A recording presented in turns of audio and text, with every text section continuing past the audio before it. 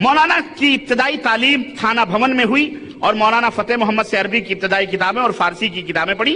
फिर अपने मामू वाजिद अली से फारसी की आला किताबों की तकमील की। ज़िक़ायदा 1295 में दारुल देवबंद भेजे गए और यहाँ से 1301 हिजरी में फरागत हासिल की। उस वक्त आपकी उम्र 19 और 20 बरस के दरमियान थी। अलमुहिम ये पूरी तफसीलात है उसके अंदर। अब उसके बाद इन्होंने तालीम हासिल की और कहां कहां और किन किन इल्मी कमालात में ये रहे। आखिर में मरे हैं ये, तो कैसे मरे हैं उसके बारे में मैं बताता चलूं। पैदाइश सुन लिया आपने, कहां के थे ये? थाना भवन। और थाना भवन आपको मालूम है कि ये देवबंद के अंदर, ये सहारनपुर वगैरह जिला मुजफ्फरनगर का। मर्जुल मौत जब इनको करीब आया तो मर्जुल मौत के दिन गुजरते गए। दोशंबा 15 रजब सन 62 हिजरी को सुबह से मुसलसल आपको दस्त आने लगे। दस्त आने यानी लूज मोशन शुरू हो गए और दिन इसी तरह गुजरा। रात आई तो अपनी छोटी अहलिया को बुलाकर दरियाफ्त फरमाया कि आया दोनों का खर्चा अदा हो चुका है। जब जवाब तसल्ली बख्श मिला, बीवी छोटी बीवी यानी इनकी 2 बीवियां थी, 2 थी या 3 थी, अलमुहिम छोटी अहलिया बोले तो इसका मतलब बड़ी अहलिया मौजूद। हाँ, और तारीख में भी आता है छोटी अहलिया इन्होंने, इनकी शागिर्दा थी, वो इनकी शागिर्दा थी जिससे इन्होंने आखिरी जमाने में शादी की थी। और उस शागिर्दा से जब शादी की तो बड़ा हंगामा मचा वहां सहारनपुर देवबंद के इलाकों में। ये क्या बाप की उम्र के होके छोटी लड़की से शादी कर ली है नहीं, तो बड़ा हंगामा मचा। तो उस वक्त हजरत ने ख्वाब बयान किया, कहने लगे मैंने ख्वाब देखा है कि हजरत आयशा सिद्दीका आई हैं जो मेरे घर का चूल्हा फूंक रही है, नऊजुबिल्लाह, खाना पका रही, औजुबिल्लाह।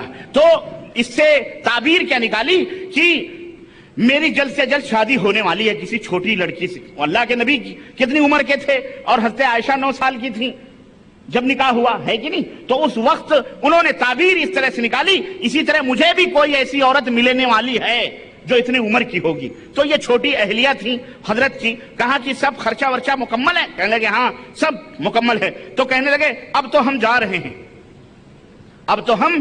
जा रहे हैं। उसके बाद गशी तारी हो गई यानी बेहोशी हो गई और 1.25 घंटे तक तारी रही। सांस तेज तेज चलता रहा और कितनी मस्तूरात ने यानी औरतों ने देखा, औरतों की शहादत सुनो, कितनी औरतों ने देखा कि जब सांस ऊपर आता तो आपकी दरमियानी और शहादत की उंगली के बीच, ये दरमियानी उंगली है नहीं और ये शहादत की उंगली, इस दोनों के बीच में हथेली की पुष्ट से एक ऐसी तेज रोशनी निकलती कि जलते हुए कुमकुमे माद पड़ जाते थे।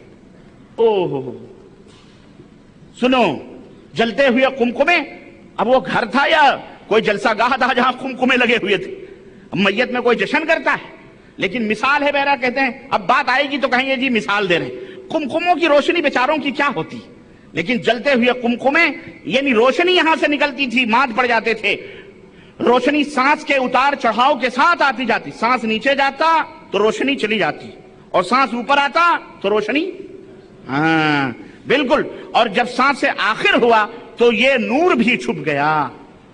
सांस आखिर, जब आखिरी सांस हिचकी ली तो वो नूर भी, वो रोशनी भी गायब हो गई। अजब की जिन उंगलियों से हकाइक और मारिफ एक अरसे तक मारिज तहरीर में आते रहे, ये नूर उसी का हो।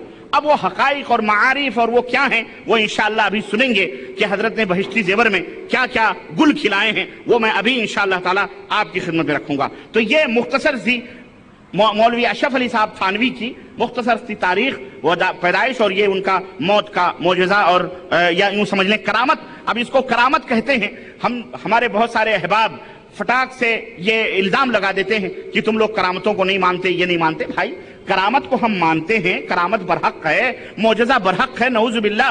करामत के मुनकिर को हम बिदती और मुअतज़िला और अशरी समझते हैं। जहमी वो लोग करामतों के मुनकिर हैं। हम अहलुस सुन्ना वल जमाअह, हम अपने आप को अहलुस सुन्ना वल जमाअह समझते हैं, कहते हैं, और अल्हम्दुलिल्लाह कहते ही नहीं बल्कि हमारी ये कोशिश होती है कि हम उसके ऊपर अमल करते हैं और पूरी दुनिया को ये दावत देते हैं और बाकायदे उनकी तहसीन और उनकी हम तशजीह और उनकी हौसला अफजाई करते हैं कि दुनिया के लोगों तुम हमारी बुराइयां हमें बयान करो, हम तुम्हारे शुक्रगुजार होंगे। रब की कसम है हमारे ऐबों से हम आगाह करोगे, हम तुम्हारे मशकूर और ममनून होंगे और हम अपनी इस्लाह करेंगे इंशाअल्लाह ताला।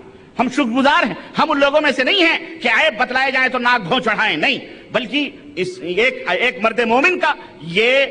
مرد مومن کا یہ حوصلہ ہونا چاہیے کہ جب اسے اس کے عیب سے واقف کرا جائے تو اس کا شکریہ ادا کرے. تو میرے عزیزوں، میرے دوستوں اور بھائیوں، تو یہ بہشتی زیور جب لکھی گئی، اب دوسرے حنفی مولوی جو تھے دوسرے ڈپارٹمنٹ کے، یعنی یوں سمجھے بی گروپ والے انہوں نے کہا کہ تم کیوں پیچھے رہو. انہوں نے ایک بہشتی زیور لکھی جس کا نام لکھا سنی بہشتی زیور. کیا نام لکھا؟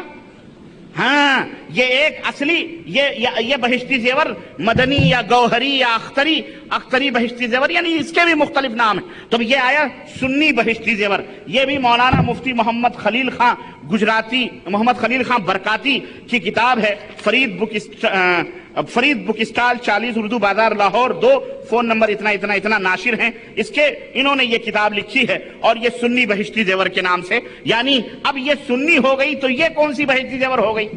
یہ دونوں بھائی ہیں، یہ دونوں امام ابو حنیفہ رحمۃ اللہ علیہ کے مقلد ہیں بیچارے، لیکن آپس میں لڑ رہے ہیں اور آپس ہی کے اندر پٹ رہے ہیں. یہ انہوں نے بہشتی زیور لکھی تو انہوں نے سنی بہشتی زیور لکھی. المہم میرے بھائیوں، میرے عزیزوں، میرے دوستوں، ان میں بھی بڑے عجیب و غریب چیز ہیں. ان کا عقیدہ کہیں بالکل سیم ہے اور کہیں تھوڑی بہت مخالفتیں ہیں اور تھوڑی بہت جو ہے بزرگان دین اور چشتی اور قادری اور نقشبندی کے تعلق سے تو یہ سارے کے سارے ایک ہیں. لیکن اب یہاں میں بتاؤں ایک عقیدہ ایصال ثواب کا مثال کے طور پر اولیاء اللہ کے ایصال ثواب کا یہ سنی بہشتی زیور میں لکھتے ہیں کہ اولیاء اللہ کو ایصال ثواب نہایت ہی موجب برکات اور امر مستحسب ہے. اسے عرفاً براہ ادب نظر و نیاز کہتے ہیں.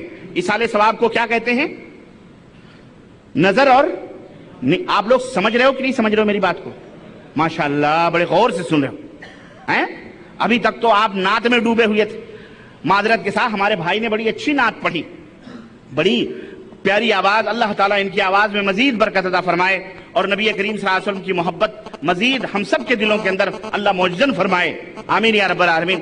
لیکن وہی بات ہو گئی کہ آب زمزم کو انہوں نے جو ہے کیا کہتے ہیں جس بوتل میں رکھنا تھا اس بوتل میں نہیں رکھی، شراب کے پیالوں میں انہوں نے پیش کیا آب زمزم کو. بھائی نعت رسول صلی اللہ علیہ وسلم کے لیے کسی گانوں کے طرز کی ضرورت نہیں. آپ کہیں گے ربانی صاحب بھی گانوں کے جانتے ہیں، کیوں؟ ہم اسی دنیا میں رہتے ہیں، ہمیں نہیں معلوم ہے. ہم اپنے کان بند کر کے روڈوں پہ چلتے ہیں، آنکھوں کو بند کر کے چلتے ہیں. نہیں بھائی، ہم بھی ہندوستان کی گلیوں میں سے گزرتے ہیں، دیکھتے ہیں، سنتے ہیں کون سی طرز کہاں جا رہی ہے. اب یہ حضرت جو طرز پڑھ رہے تھے، اعوذ باللہ، اس سے تو میں سمجھتا ہوں یہاں جتنے بھی لوگ بیٹھے ہیں 80% لوگوں کے دماغ وہیں فلم کے پردوں پہ گھوم رہے ہے کہ نہیں ہے؟ ایسی نعت نہ پڑھا کریں، ہمارے مجلس کا تقدس خراب ہوتا ہے. ہم لوگ بڑے کھرے لوگ مشہور ہیں اور معروف ہیں کہ ہم اس نغمگی اور اس موسیقیوں کے دلدادہ نہیں ہیں. الحمدللہ ہم محبت رسول صلی اللہ علیہ وسلم کو اپنا کل اثاثہ اور سرمایہ سمجھتے ہیں اور اتباع نبی ہمارا یہ ترہ امتیاز اللہ کے فضل و کرم سے ہے. تو نعت پڑھنا یہ غلط نہیں ہے، نبی کریم اور اچھی آواز میں پڑھنا یہ بھی غلط نہیں ہے، لیکن اسے کسی پھٹیچر کی اور زنخوں کی اور گانے بجانے گویوں اور میراسنیوں کی طرز کے اوپر لے جا کے پڑھنا، یہ بہرحال جو ذہن کے اندر تقدر اور فساد پیدا کرے اور انسانی دماغ کو کہیں اور غلط روش کے اوپر لے جائے، بہرحال وہ روش نہیں ہونی چاہیے. سمجھ رہے ہیں کہ نہیں سمجھ رہے؟ تو معذرت کے ساتھ آپ بات آئی تو میں نے بتا دی ہے تاکہ یہ بھی سمجھ میں بات آ جائے. اللہ تعالیٰ ہمارے بھائی کو جزائے خیر دے اور تکلیف نہیں ہونی چاہیے. حق ہے، حق ہے، اس کو الحق و حق و یتبع، حق اس بات کا زیادہ مستحق ہے کہ اس کی اتباع اور پیروی کی جائے، وہ چاہے ہمارا بھائی ہو، ہمارا